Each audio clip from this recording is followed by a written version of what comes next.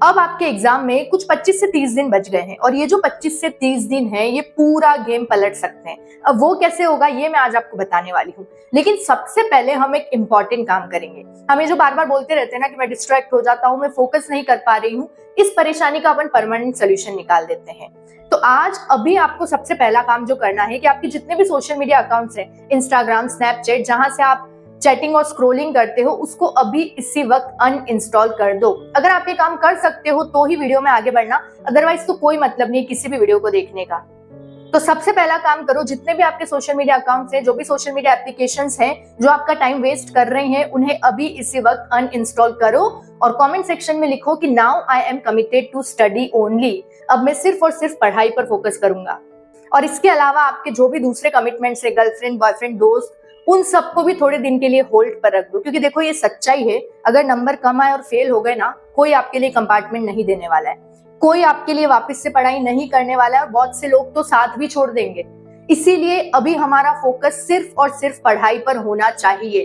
तो ये जो प्रॉब्लम्स है डिस्ट्रैक्शन वाली, इनका परमानेंट सोल्यूशन करो। सबसे पहले एप्लीकेशंस को अनइंस्टॉल करो और जो भी आपके दूसरे कमिटमेंट्स है, गर्लफ्रेंड, बॉयफ्रेंड, दोस्त, उनको 30, 35, 40 दिन के लिए होल्ड पर रख दो। उसके बाद देखेंगे क्या करना है।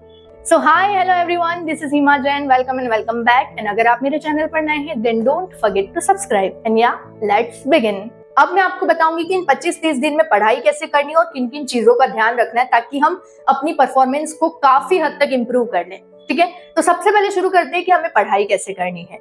तो ये मेंटालिटी तो बिल्कुल भी मत रखना कि मुझे 100% कोर्स करना है, इस चीज के पीछे मत भागना। देखो प्रैक्टिकल बात करूं तो वो पॉसिबल ही नहीं है। मैं आपको यहाँ पे कोई भी फॉल्स मोटिवेशन नहीं दूंगी।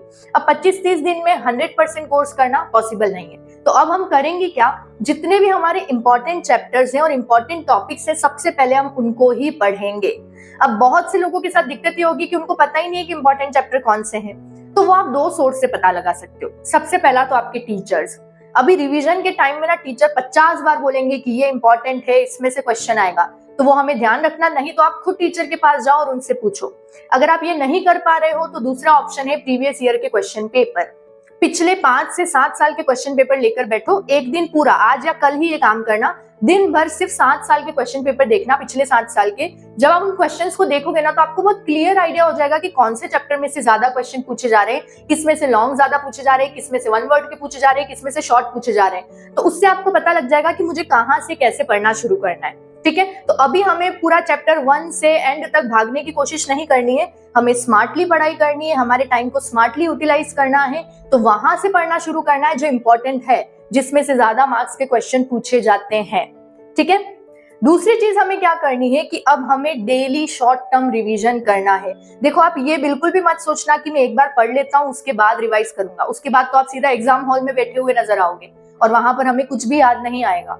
इसीलिए अब हमें डेली शॉर्ट टर्म रिवीजन करना है। आज दिन भर में आपने जो भी पढ़ा है, रात को सोने से पहले 1 घंटा रिजर्व रखो सिर्फ और सिर्फ रिवीजन के लिए। उस 1 घंटे में आपने दिन भर में जो भी पढ़ा है उस पर एक नजर डाल लो। देखो आपने उसी दिन पढ़ा है तो ऑब्वियसली आपको रिवाइज करने में ज्यादा टाइम नहीं लगेगा, लेकिन अगर आप सेम डे रिवीजन कर लोगे ना तो एग्जाम से 1 दिन पहले आप कुछ भी भूलोगे नहीं, फिर आपको पढ़ने में उतना टाइम नहीं लगेगा और किसी तरह की कोई घबराहट भी नहीं होगी। इसीलिए आपने दिन भर में जो भी पढ़ा है, 1 चैप्टर, 1 पेज, 2 पेज, ये हैबिट बना लो कि अब मुझे रोज रात को सोने से पहले उसको रिवाइज करके ही सोना है। तो ही आपकी उस पढ़ाई का कोई मतलब निकलेगा। बाकी 25-30 दिन हम भागते दौड़ते बहुत कुछ पढ़ेंगे और एग्जाम हॉल में जाकर सब भूल जाएंगे। हमें ये गलती नहीं करनी है, हमें डेली का डेली साथ में रिवीजन भी करते रहना है। अब तीसरी चीज जो आपको ध्यान में रखनी, जो मेरे अकॉर्डिंग बहुत इंपॉर्टेंट है, कि अब आपको ना बार बार अपने दोस्तों को फोन करके उनके पढ़ाई का स्टेटस नहीं पूछना है। बार बार फोन करके ये नहीं पूछना है कि तू कितने घंटे पढ़ रहा है, कौन सा चैप्टर पढ़ रहा है, कितना कोर्स हो गया। I tell you the reason why, क्यों आपको ऐसा नहीं करना है। लेट सपोज आपने किसी दोस्त को फोन किया कि भाई राहुल क्या पढ़ रहा है तू, कितना हो गया तेरा, और राहुल ने बोल दिया कि यार मैं तो सीरीज देख रहा हूँ यार, अभी पढ़ने का मन नहीं कर रहा और अभी तो है ना बहुत दिन, बाद में पढ़ लूंगा। तो आपका पढ़ाई का जितना भी मोटिवेशन था ना वो सारा गायब हो जाएगा। आपको लगेगा कि यार वो तो चिल कर रहा है, मैं क्यों टेंशन ले रहा हूँ, मैं भी थोड़ी देर फोन चला लेता हूँ फिर पढ़ लूंगा यार, बहुत टाइम है अभी तो। और दूसरा रीजन एक और भी है कि अगर आपने दोस्त को फोन किया कि भाई प्रिया कितना कोर्स हुआ तेरा, और प्रिया ने बोल दिया कि मेरा तो कोर्स भी हो गया और एक बार रिवीजन भी हो गया, मैं तो 2nd टाइम रिवीजन कर रही हूँ, इतना भयंकर डिमोटिवेशन होगा ना कि पढ़ाई में मन ही नहीं लगेगा और टेंशन और स्ट्रेस होगा वो अलग। इसीलिए हमें बार बार हर मिनट दोस्तों की अपडेट नहीं लेनी है कि भाई तेरा कितना कोर्स हुआ, तू आज कितने घंटे पढ़ रहा है, तू रात को कितनी बजे तक जगा। ये सारी चीजें हमें नहीं करनी। अपने पर्सनल एक्सपीरियंस से बता रही हूँ, बहुत डैमेज करती हैं ये चीजें, दिमाग का बहुत कचरा करती हैं। इसीलिए आपको बार बार दोस्तों को फोन तो करना ही नहीं है। हमें ये 30 दिन सिर्फ और सिर्फ हमारी पढ़ाई पर फोकस करना है। हाँ, अगर आपको कोई डाउट है, कुछ पढ़ाई से रिलेटेड पूछना है, कुछ समझना है, तो आप बात करो, लेकिन उनका अपडेशन मत लो बार बार कि तेरा कितना हुआ। ठीक है। अब चौथा काम जो आपको करना है कि अब हमें मल्टीपल रिसोर्सेस को फॉलो नहीं करना है। हमें लगता है कि हम जितनी ज्यादा बुक्स पढ़ लेंगे उतना नॉलेज हो जाएगा, उतना हमें अच्छे से याद रहेगा। हम बहुत सारी रेफरेंस बुक्स भी ले आते हैं, दूसरों के नोट्स भी ले आते हैं। नहीं, अभी आपको सिर्फ और सिर्फ एक ही रिसोर्स को फॉलो करना। अगर स्कूल के टीचर के नोट समझ आ रहे हैं तो उनके, कोचिंग के टीचर के नोट समझ आ रहे हैं तो उनके। बहुत सारी रेफरेंस बुक्स, इधर उधर की बुक्स से नहीं पढ़ना है, बहुत कंफ्यूज हो जाओगे। अभी हमारी पहली प्रायोरिटी जो हमारी एनसीईआरटी की बुक्स है वही होना चाहिए, या उससे रिलेटेड कोई भी एक सोर्स के नोट्स ही होने चाहिए। मल्टीपल रिसोर्सेस को फॉलो करोगे तो ना तो कुछ गेन कर पाओगे, उल्टा कंफ्यूज होगे, टेंशन होगी, वो सब अलग, और कुछ भी याद नहीं रहेगा। इसीलिए कोई भी एक रिसोर्स को ही पकड़ के चलना है, किसी एक टीचर को ही एक सब्जेक्ट के लिए देखना है, अलग अलग टीचर्स की वीडियोस भी मत देखना। और स्ट्रेस बिल्कुल भी नहीं लेना है। अब जो टाइम जाना था वो चला गया, आप उसको वापस नहीं ला सकते हो, लेकिन अब जितने भी दिन हमारे पास बचे हैं उसको हमें फुल पोटेंशियल के साथ यूटिलाइज करना है, उसमें हमें हमारा बेस्ट देना है।